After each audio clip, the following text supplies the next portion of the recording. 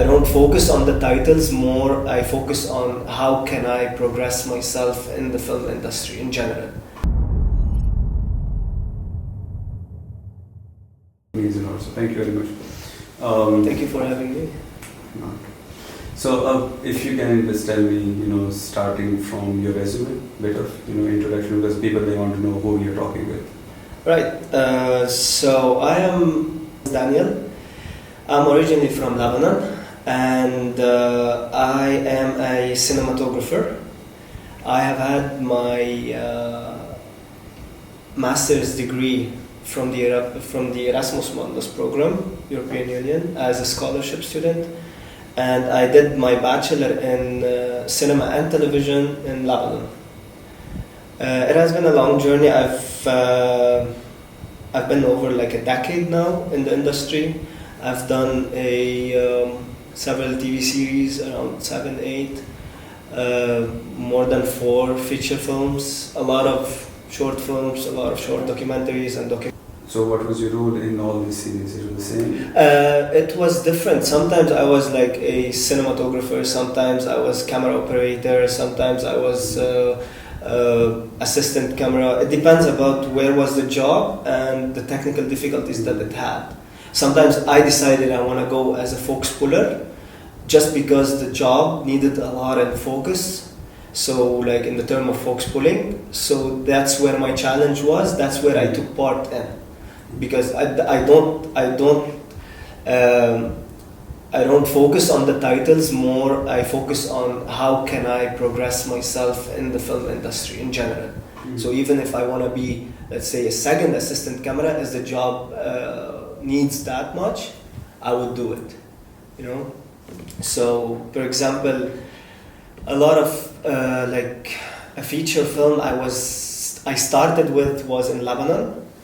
I was working as an actor, and then I was very interested in the film itself. So I stayed more because I was like as an actor inside a movie that it was being done. So it's a movie inside a movie, and I decided that okay, I want to be an actor because I was like acting in it as a crew guy, and then I liked the role being a crew guy, and I'm like, cool. I might join there a bit and then see if I can get into like behind the scenes, be with them and like how they're filming it. And that's what happened. I stayed more in the film. So how many years of experience you have after doing your masters? How many years you are working? I've been working for 2 years now after doing my masters. I got my masters in like 2 years ago. But before that, I was working during my bachelor degree and everything. Okay, so I started working since the age of 12. Okay. That's on a different note. And I started working in the industry itself, around it. But then I started getting into the industry more and more. I started by doing like events and installing sound and light for the events. And then I got interested a lot by the lights more than the sound. So I focused more on the lights. And then after that, I started when we started doing only not events, and we did some weddings. And during the weddings, there are like the photography team. So I started like asking questions about it. That's how I got my interest in the cinema industry in general. But prior to that, I was always interested in it. So I was always like, whenever like the first word I spoke in this life is just, I want to be a cinematographer. I said I want to be an actor and director.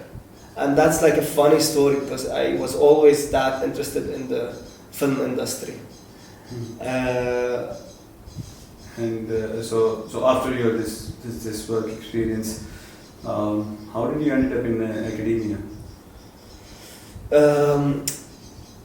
Like I did not stop the film industry in general. No, I'm still doing as much as I could on my free time. I still do film, try to see if there is a project that it needs to be shot. I still look for that. I would never stop the film industry in general, but I end up in academia because I thought that nowadays the film industry is going south, and I don't like the way how it's going. So I'm trying by teaching the industry standards at least, to just put that on the straight road that it has to be there, because everyone now has their own like they can go up on like any social media, any platform that they would like. They have their phone and then they start filming. Now the question is, are they filming good or bad? That's where I have to like get in and then tell them to like film in a good way. And it's not about technical, it's about the ethics of it. Because nowadays your word is reaching like, I don't know, millions of people with one live. You know, it doesn't matter. Even if you have 2 friends on Facebook, you go live, not only these 2 friends, they're gonna see you. You're gonna be seen by a lot of other people. Yeah. So the ethics of it is what you wanna show. What are you showing for these people? This requires ethics. So that's what I am basically teaching most of the time. It's like the ethics of what we are showing. Because nowadays, a lot of people just go and then speak everything on the internet, hurting other people, disrespecting the film industry in general. And they call themselves that, oh, we are filmmakers. No, you're not. It's not that an easy job. You know what so I mean? when you say industry is going south, can you further tell me? I mean, you did something, but that is more about social media, I believe. The film industry is film industry. It's related in a way. It is related, even though like social media and film industry, it's kind of related nowadays, because anyone, like, let's say now the film industry. Okay, I'm gonna talk more about the film industry because that's where my expertise are at best. So nowadays they are being affected by the people around them. So let's say usually it was in the early days, they used to write the script, they write the character, and they bring an actor to do the character. Yeah. Nowadays they're bringing the actor and the person without even being an actor, and they are writing the script based on that. They are basically they're shitting basically on the cinema industry in general.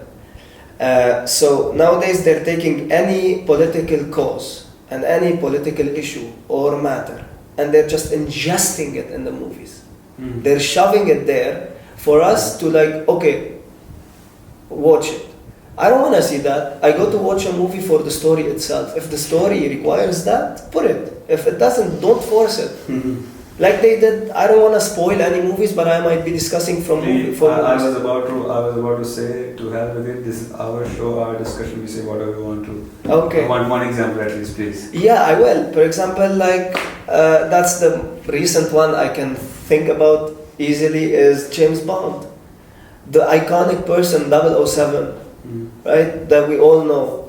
Even if it was Daniel Craig or other actors who acted James Bond, I'm speaking about the character itself, 007, right?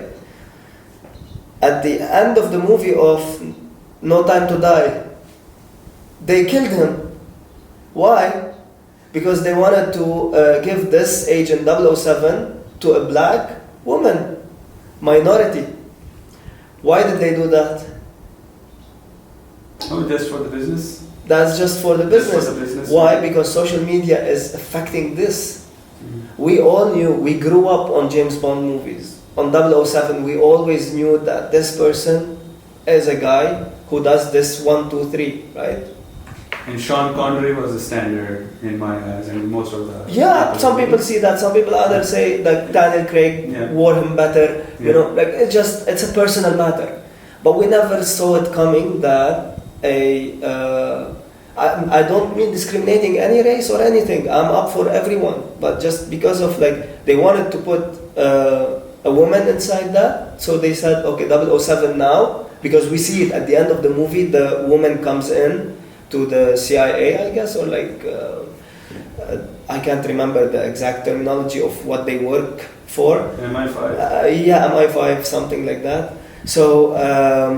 And then she's ISI actually. Okay. Yeah, like I can't remember, but then she calls her by the name of like 007. I'm like, all right, I see where this is going now.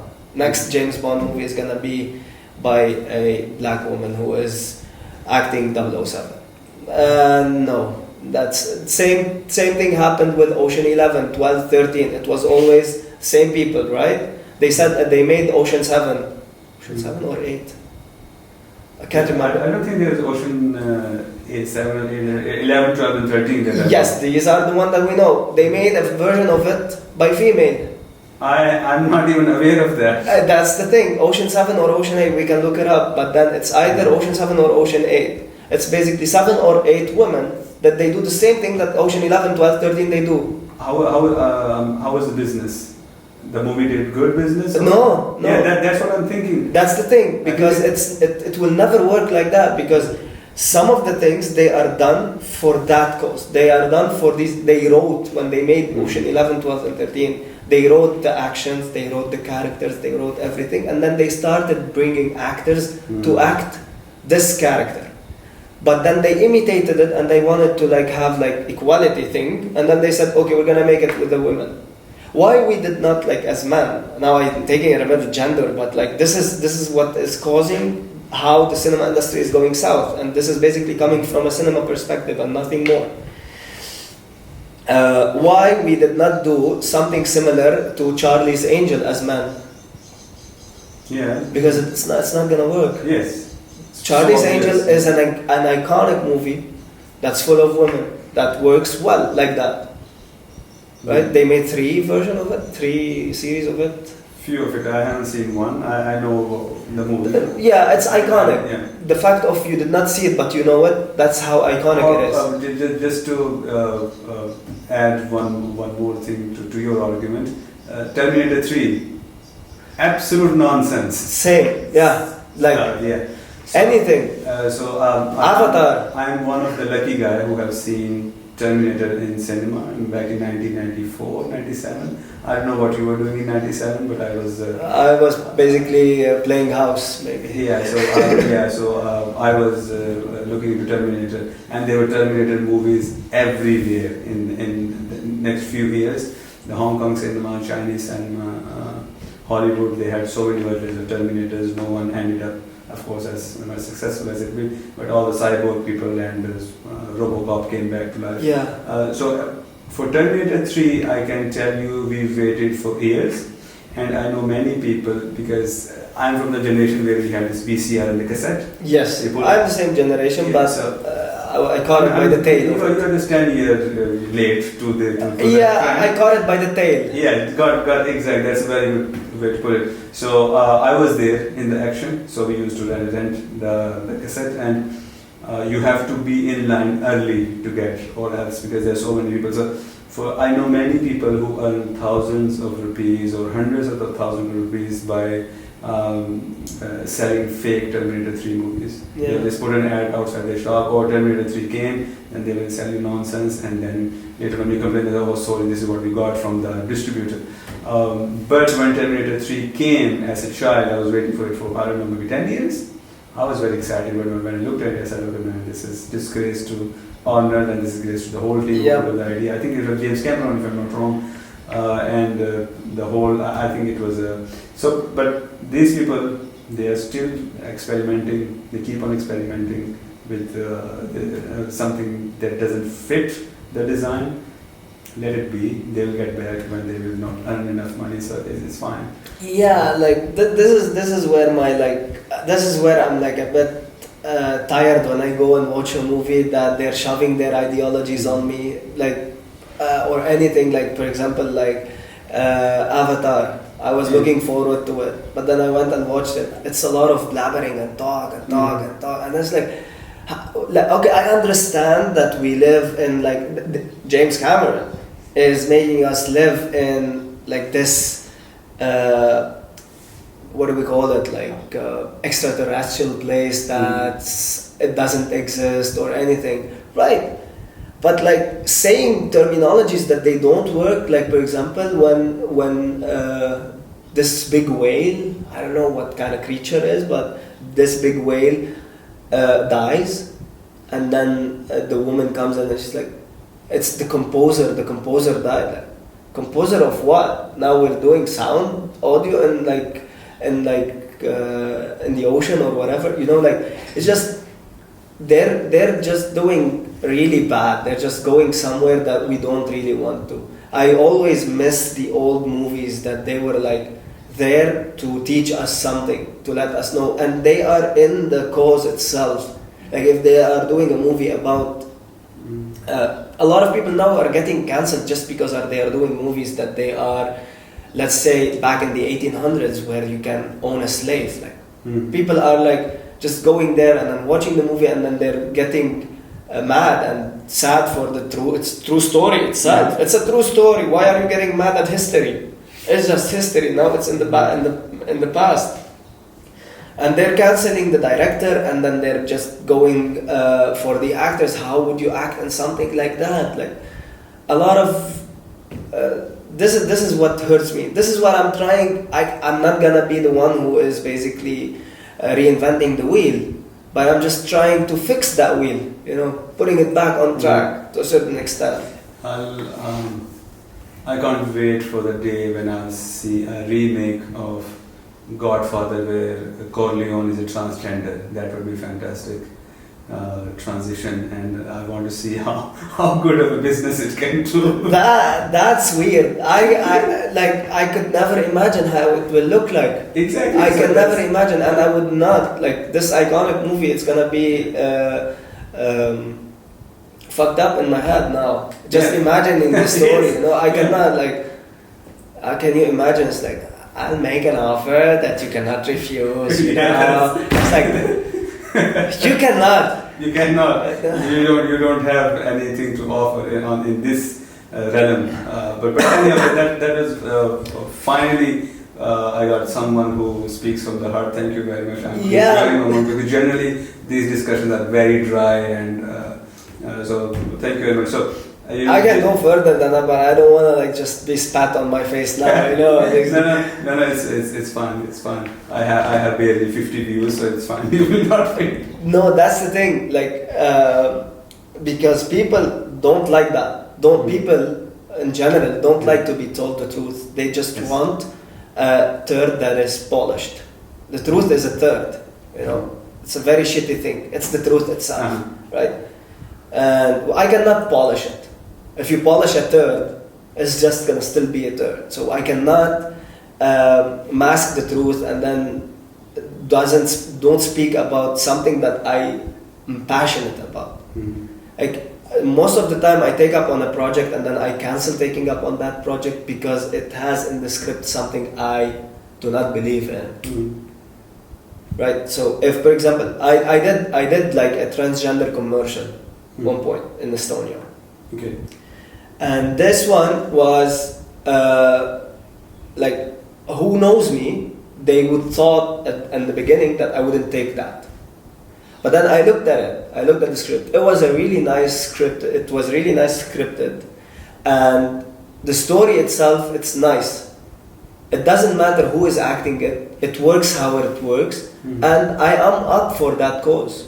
But I don't go around and say that like, okay, they need their right and then we're gonna walk with them. No, I don't do that. I support their right, but don't shove it on me.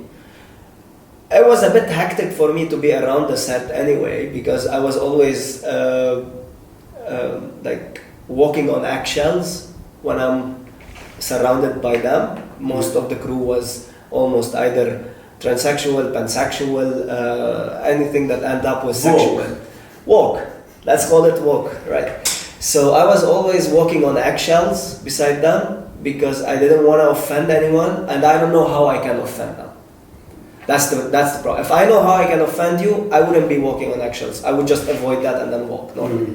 But if I don't know how I can offend you, because anything can offend you now. If I just do that, they might be offended. Why are you moving your head like that, hands like this? It should be moved like that. Just let me be, They were very nice.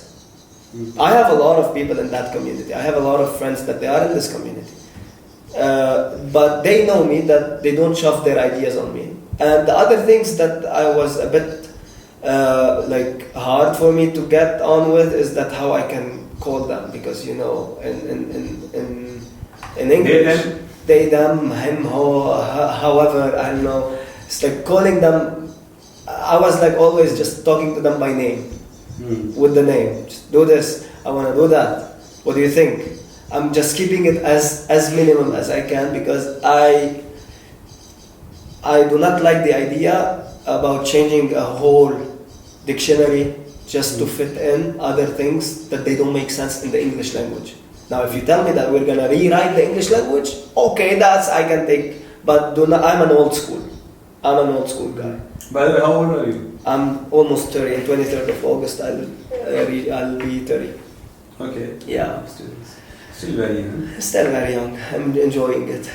Yeah. When I was 30, one of the professors said to me, "Oh, you are very young." And I was like, "No, man, I'm 33." And I was like, "No, you are very young."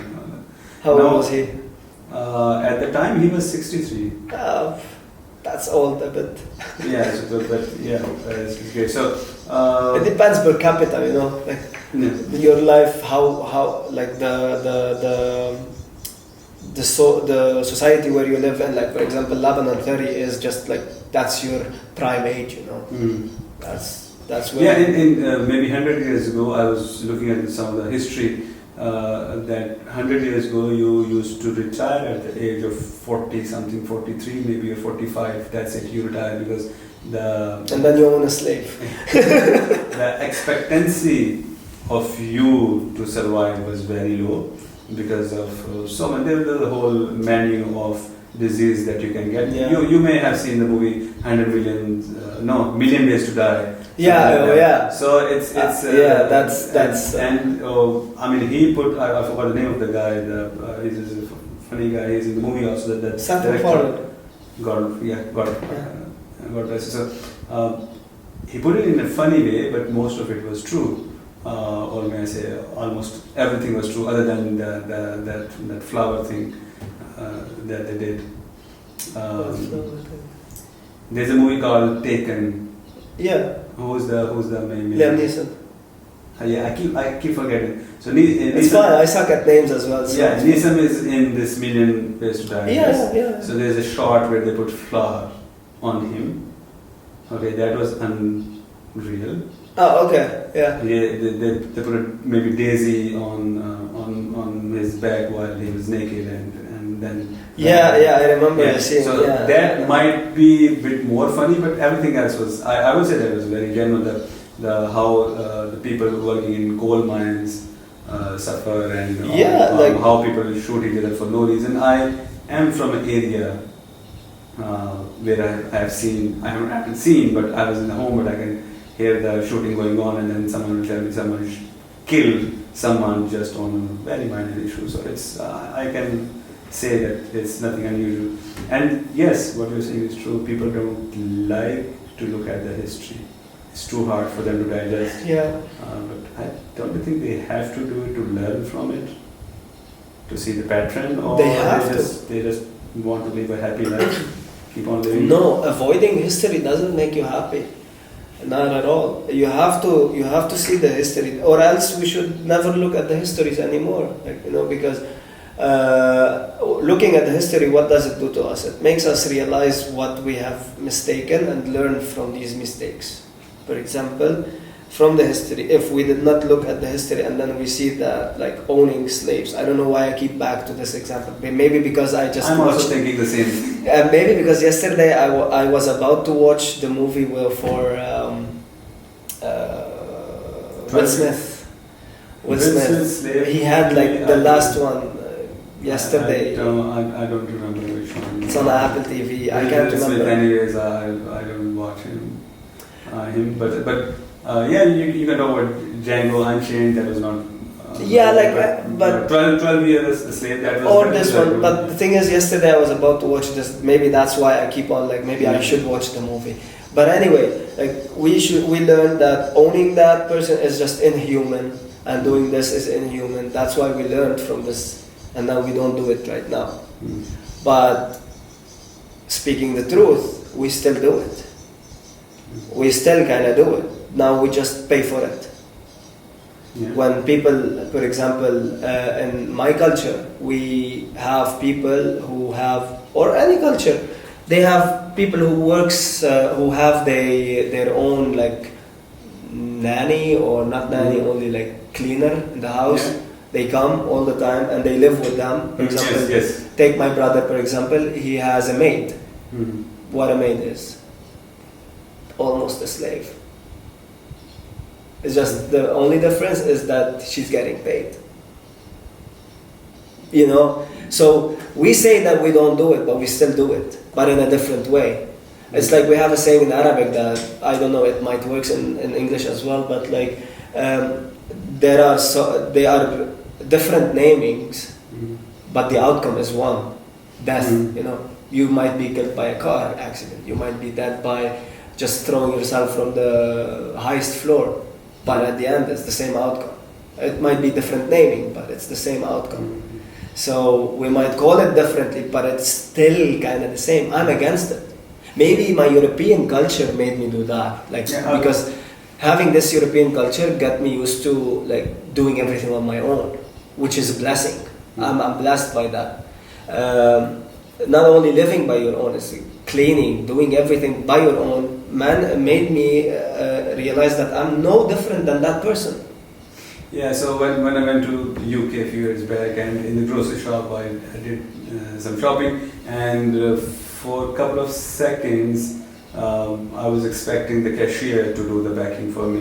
You know, this is what we do. This is what they do here. Yeah, it was maybe half of a second because of my instincts. But yes, and then I start packing. I even do here, but you know, it happens. So what you're saying is true. So I was planning to divert the conversation towards the same topic that you already started.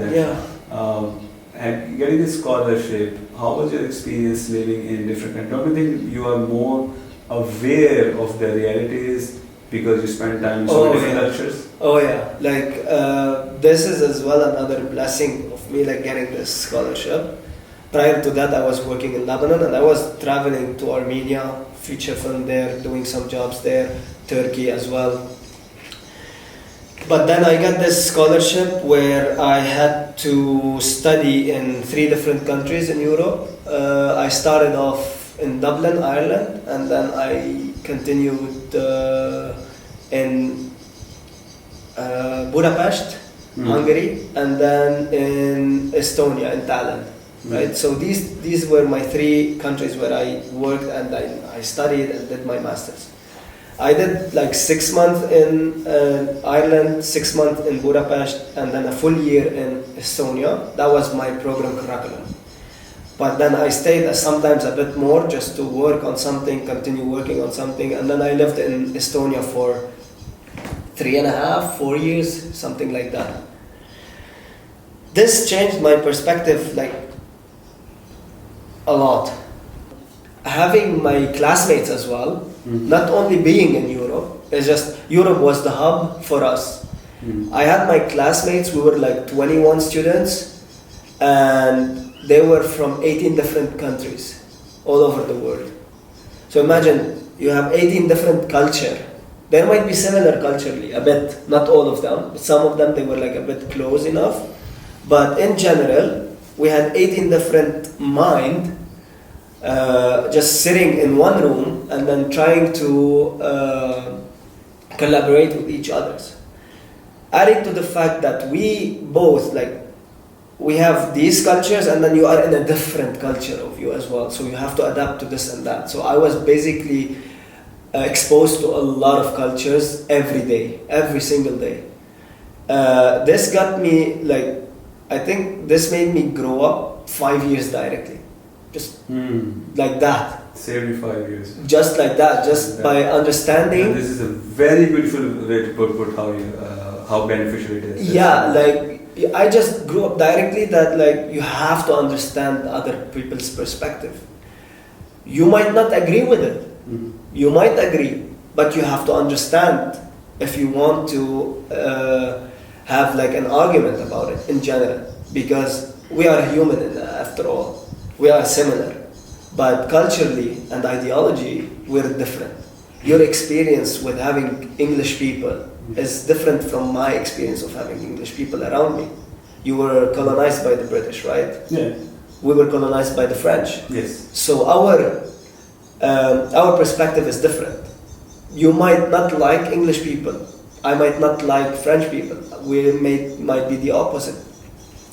But being exposed to these people and getting to know their perspective is just amazing. I still do, dislike Turkish people. Okay. As people. Okay. I love the country. Now I'm very sure you will get my show cancelled. I might get cancelled, yeah. No, the thing is, they do agree with me. That's the thing. I did not find out that until they agreed with me. I met a Turkish guy. I have a really good friend who's Turkish. He said that. So agreed on what? On hating, disliking Your the reasoning, your reason why you hate. Yeah, disliking the Turkish people. Well, I have a reason why I don't like the Turkish people. We were colonized, not only colonized by them. We were terrified by them. They had their empire on Lebanon, right? They killed, they raped, they did. That was in the past. That doesn't mean people my age did that. People my age who are educated, they dislike that and disapprove that action. These are the people who I agree with. People who have something in a small reasoning behind it, right? They at some point in the 1800s, 1900s, they had a cause to do that. Now they understand that it was wrong. But for the people who come and tell me like, no, we were right, we did this.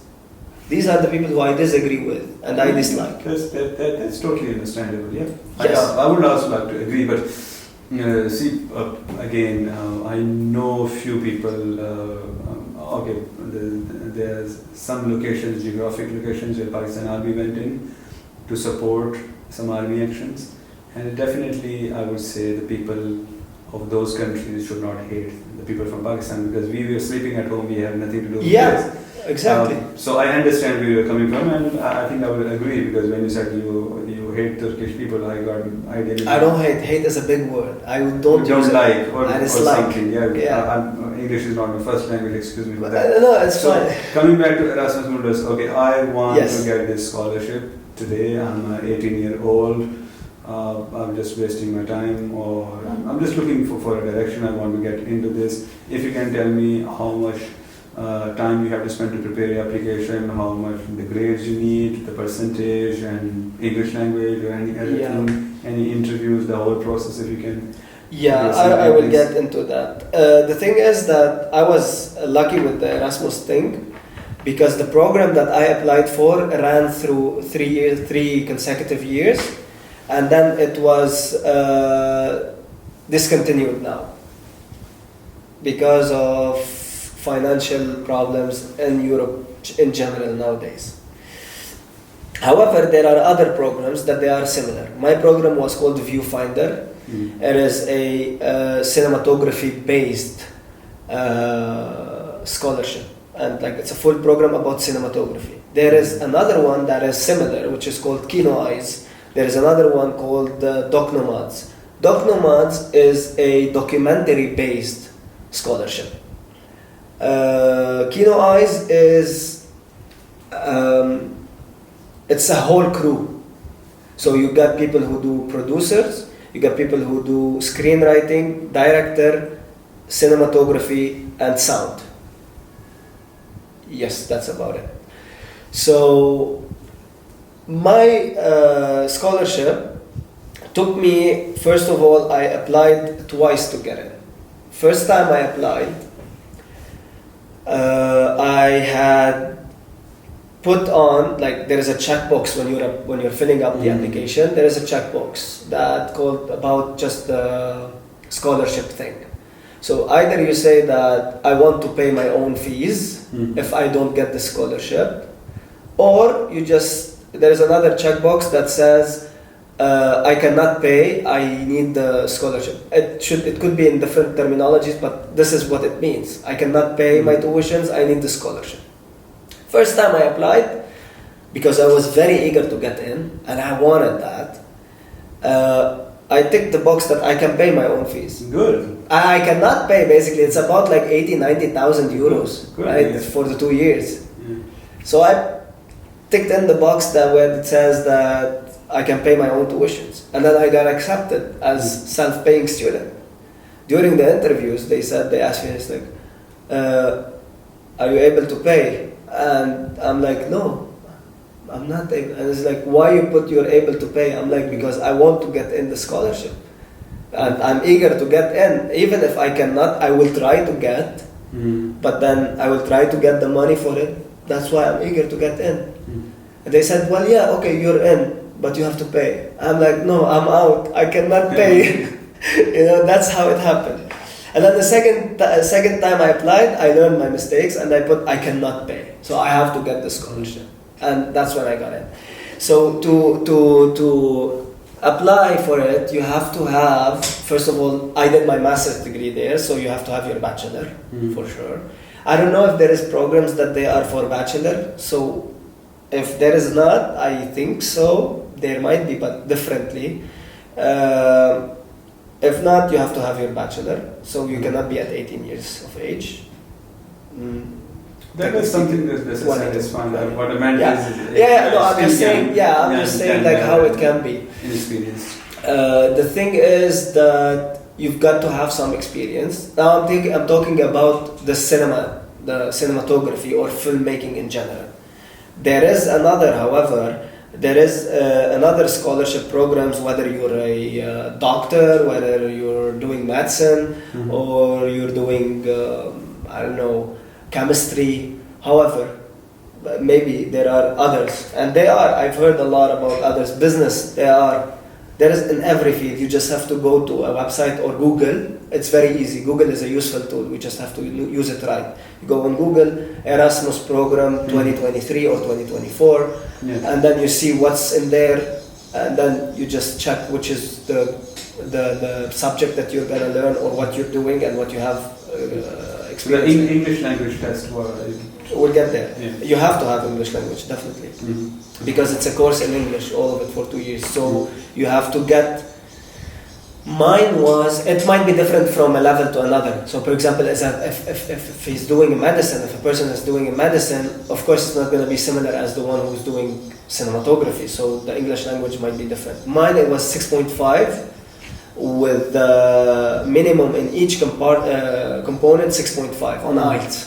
Okay. So it has to be minimum 6.5 in each component. You can get more, overall could be more, but minimum in 6.5.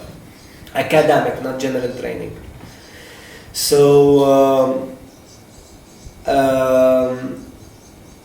you apply with this English language. You have to have your experience. For example, they ask for a portfolio of what you have done in your life and the field that you're applying for. In my case, it was cinematography, so I had to show them a show reel about like my old project that I have done combined in one short film that about like 2 to 3 minutes. And then they ask you to submit, if you are selected for the first process before the Skype interview, they send you a topic that you have to film up to 3 minutes for it, and this has to be done within 1 week. You film a short film, no dialogue, no music, something like that. There, like with some guidelines, there might be different, and about a topic. And then you have to submit it. So you have to film it, edit it, and then send it within a 1 week period, which is good enough if you're not working. But if you're working, it's hell. It's hell. That's what happened in my case. Okay. So and you have to have a motivation letter. You have to write a motivation letter and expectation letter. So the motivation letter is that why you're applying to this scholarship and why you want to get the scholarship and why you're applying in cinematography in general. Why do you like cinematography? It's like a statement. You state everything you need in why you're applying for. And then expectation letter is that what are you expecting to get from the program. And usually you can see these are all information in the website.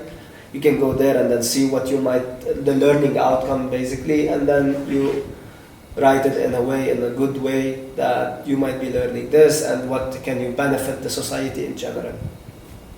This is what basically, and the CV, of course. and like visa documents and like small documents. Do you need any references as well? Yes, you need 3 letter of recommendation, 3 recommendation letter. I had to have 3 recommendation letters from my previous, whether it is academic or work. So I got one from the cinematographer that I used to work with, another 2 from my teachers back in Lebanon when I was doing my BA. So this whole process takes how many weeks or months when you apply, and generally there was the deadline, and after the deadline, how many days it took you to be selected, interview and everything? Okay, to each program has their own deadlines, but mine was during a whole process took me like a month and a half almost 2 months to get the approval at the end. So I started with when the deadline is closing. They open basically for like 2 months, I guess, the application process. And then when the deadline of the application submission is closed, that's when they start their process. So they don't start anything before that. So you apply and then you wait. When you apply, you have to have already prepared the 3 recommendation letter, motivation letter, expectation letter, your documents, visa and whatnot. No, not visa. They insure you the visa. Sorry, your passport and like your documents, personal information. And then you have your showreel ready. And then if you have another short film that you did as well that is under 5 minutes, you can apply with it as well. So you can send 2 documents. One of them is the showreel, it's requested. And another one, something that you have worked on, a short movie that you call, or something that you want to show. And then they send, and then after that, it took them about 3 weeks to send me that I got selected for the first round of interview, which is a Skype interview. But prior to that, you have to do this short film that they send you. I have 1 week to prepare and shoot the short film and then send it. And then they do the Skype interview after you submit it. Usually you submit it the day before the interview. Yes. And then they watch it and then they start asking you questions, personal questions, industry questions, and about your movie that you submitted, and about your CV and your background. So basically that's about it. My interview was with 7 people. There were like 7 people. I was doing an interview with them back in Lebanon. The connection was shit. I was trying my best to be, focusing on 7 people. Having 7 people is a lot in an interview. I was never in that position where 7 people are looking at you and then judging you in a way. Yes. And then your future is hanged on these 7 people. Yes. But they were nice because they knew me from the year before. They were the same people, so they knew me, and they were like, "Oh, here we go again, Daniel." And I'm like, "Yeah, what are you applying for this year?" And I'm like, "I actually applied for the 2 things because they're similar documents. I applied for Doc Nomads, documentary filmmaking, and I applied for the cinematography because I was interested in both." And that's when it got a bit messy because they asked me "Oh, you applied because it's the same committee anyway," and I got the interview with both. And then they asked me "You're this," maybe two teachers were different, and then they asked me "Why you applied for Doc Nomads and your background is cinematography?" And I'm like, "Well, I'm trying to utilize my cinematography background, what I know, in the documentary filmmaking. I'm always interested in documentary and whatnot." And you started talking about it. And then they said, "What would you do if we chose you in documentary and we did not choose you in cinematography?" I'm like, "Well, I think that would be better for me because that would be a new challenge that I can take up on and then pursue something in cinematography but in documentary because it requires cinematography as well." Everything requires. And then they said, "Okay." And then they said, "If you get accepted in both, which one would you choose?" And then I was in the documentary interview, and then I said, "Well, I will choose the documentary one That would be stupid of me if I said the cinematography one, because I'm doing the interview for documentary. And then they asked the same question in the cinematography interview. And I said, of course, the cinematography. And then I got rejected in the documentary one because they accepted me in the cinematography one. Okay. They cannot accept me in both, I guess. I don't know how it went, but then during my master's, I met the committee, and they became my teachers and my friends, and we have a really nice, we still are in contact now. So, and I asked the committee, the head of the committee, and then I told her that, like, if I said this or I said that, what was your reaction? And I said, you know what, you were one of the first people who handled it right. Being accepted in the boat, in the interview, and then saying these things.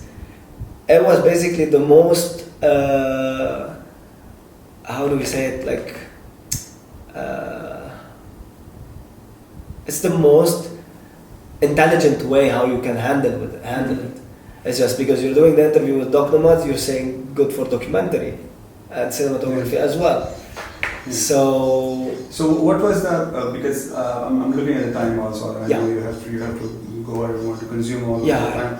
So I have 2-3 questions, and let's start them quickly. One was what was the percentage that you have, the grades? Don't look at the grades. Come again.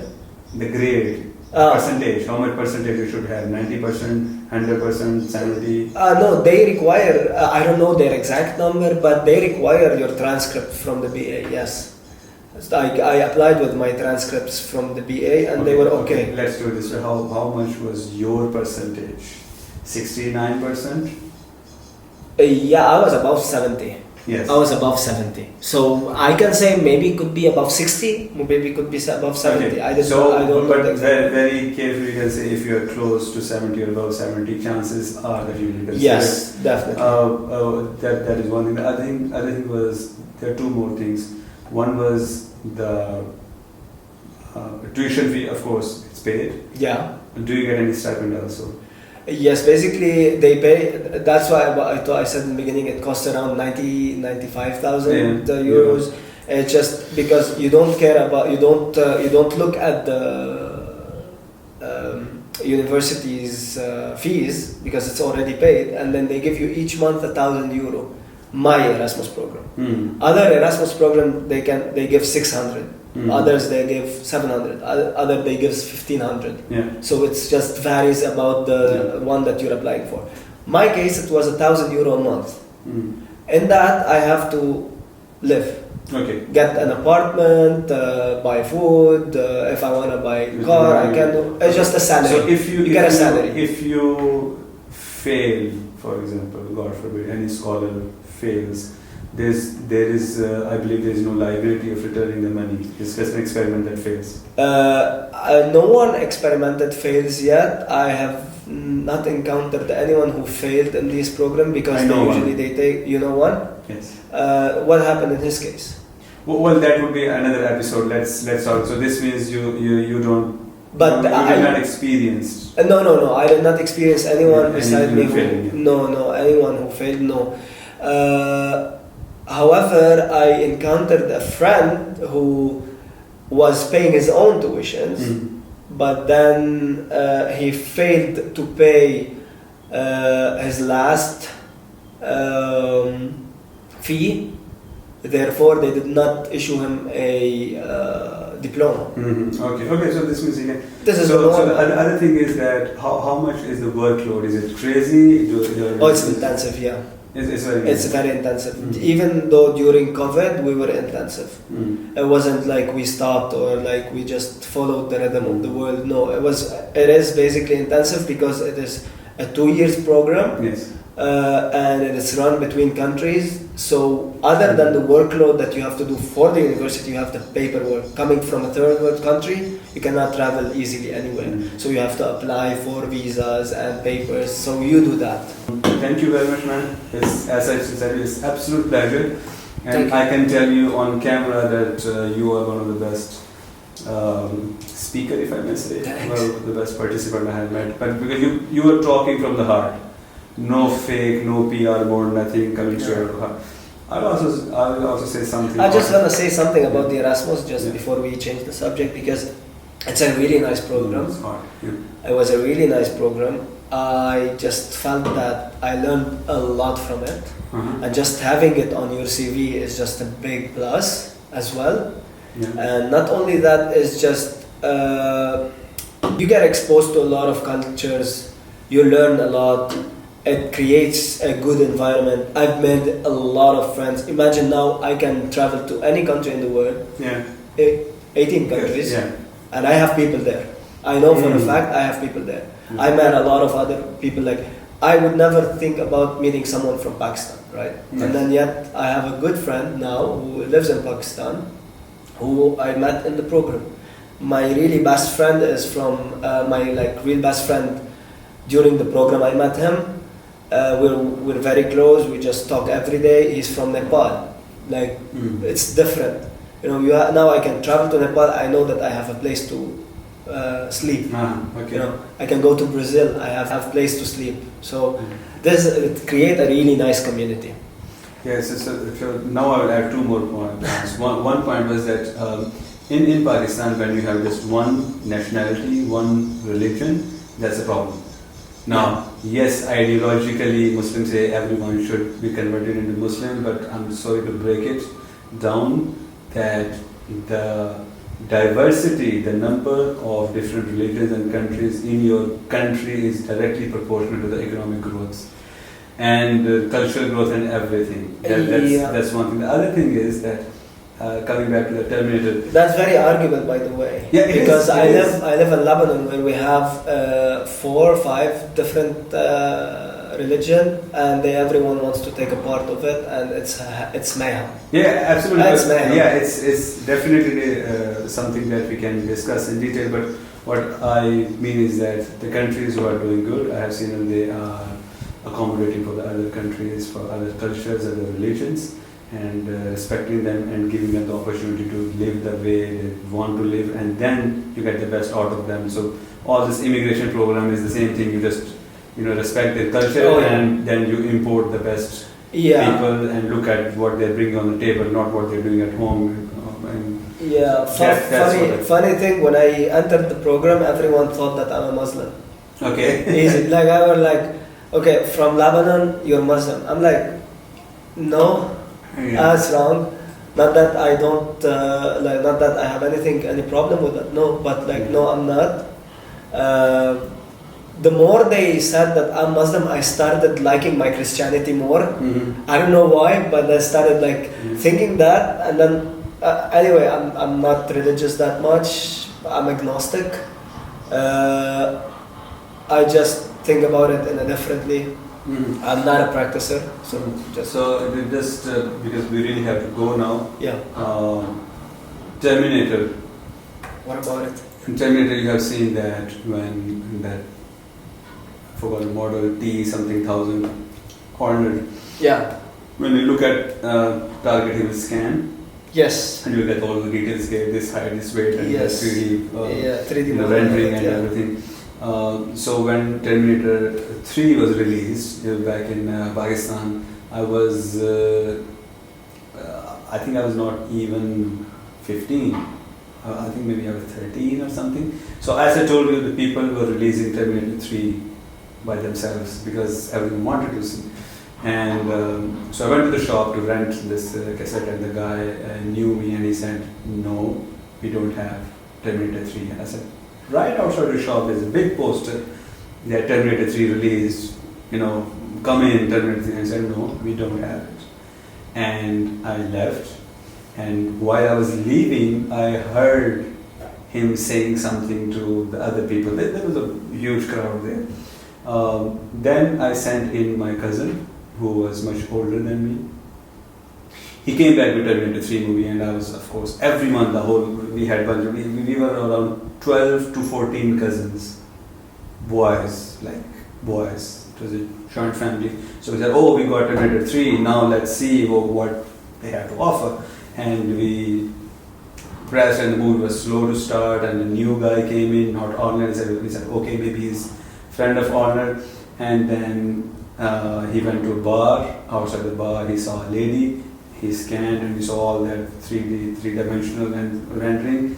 And then we came to know why the guy did not gave the movie to me. It was a porno. It was a porn movie. The theme was that there are robots all around and they are doing it everywhere and they just scan and they just demolish the target. And so that happened. And boys being boys, we were just laughing and clapping and enjoying the moment. And we did not last it the whole movie, pun intended. Yeah. Because it was not. I get your point. It was not. But I'm telling you that coming from a culture where there was no internet. Okay, no internet, not where I'm living, but anywhere in the world, there was no internet was not a thing. Yeah. So VCR was the whole thing, and then we used to rent the VCR and the cassettes and get in the queue to get the cassette. And then I was notorious in the cousin that I'll get any movie other than Terminator 1, Terminator 3. So again, let's shake hand on it and let's make a move. Yeah. And thank you very much. God bless you. I would love to, have another session with you sometime. Yeah. Somewhere.